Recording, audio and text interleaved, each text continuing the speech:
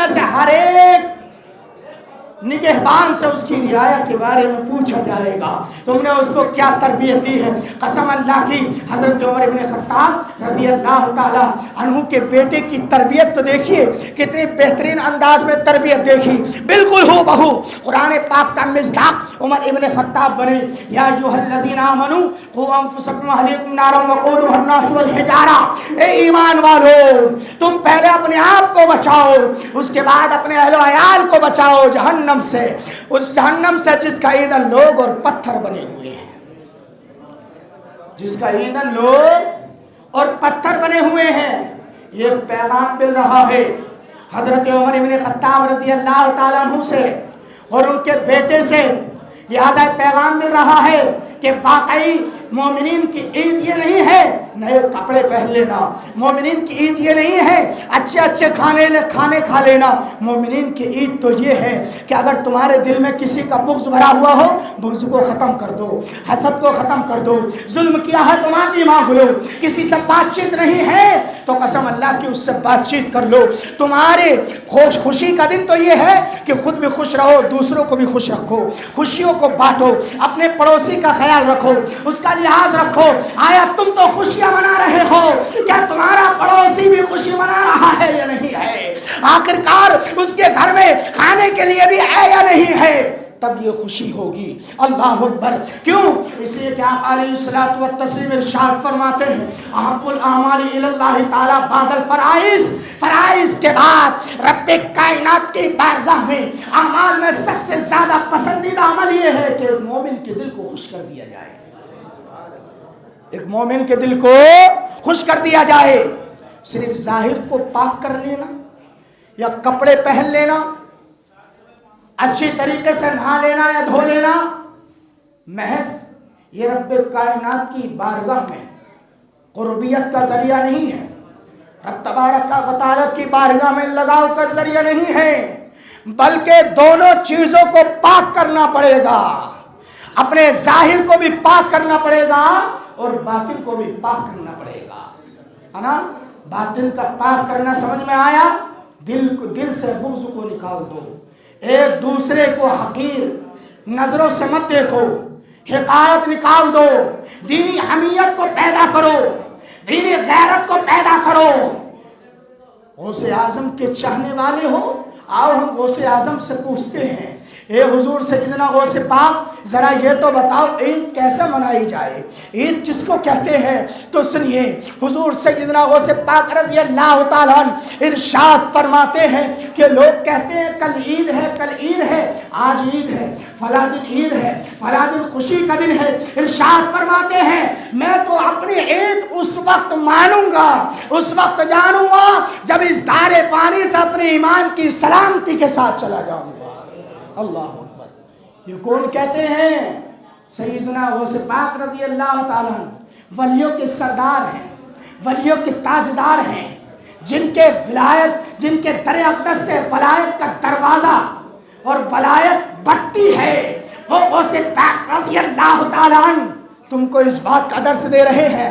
واقعی اگر ہمارے محب ہو, ہمارے عاشق ہو, ہم سے محبت کرنے والے ہو تو ہماری اتباع کرنے والے تبھی بنو گے جبکہ ہمارے قول پر عمل کرو گے, ہمارے دامن سے صحیح طریقے سے وابستہ ہو جاؤ گے. وہ غوث پاک رضی اللہ عنہ ارشاد فرما رہے ہیں. تو لہذا قرآن کا ارشاد قد افلح من تزکا وذکر اسم ربہ فصلی بل تؤثرون الحیاۃ الدنیا والآخرۃ خیر وابقا. کامیاب ہو گیا وہ شخص جس نے اپنے ظاہر اور باطن کو دونوں کو پاک کر لیا, یہاں بھی کامیاب ہو گیا, آخرت میں بھی کامیاب ہو گیا. وذکر اسم ربہ فصلی, اور رب کائنات کا نام لیا اور اسی کے نام اقدس سے نماز پڑھی. سبحان اللہ, وہ شخص کامیاب ہو گیا. اللہ رب العزت کی بارگاہ میں دعا ہے, رب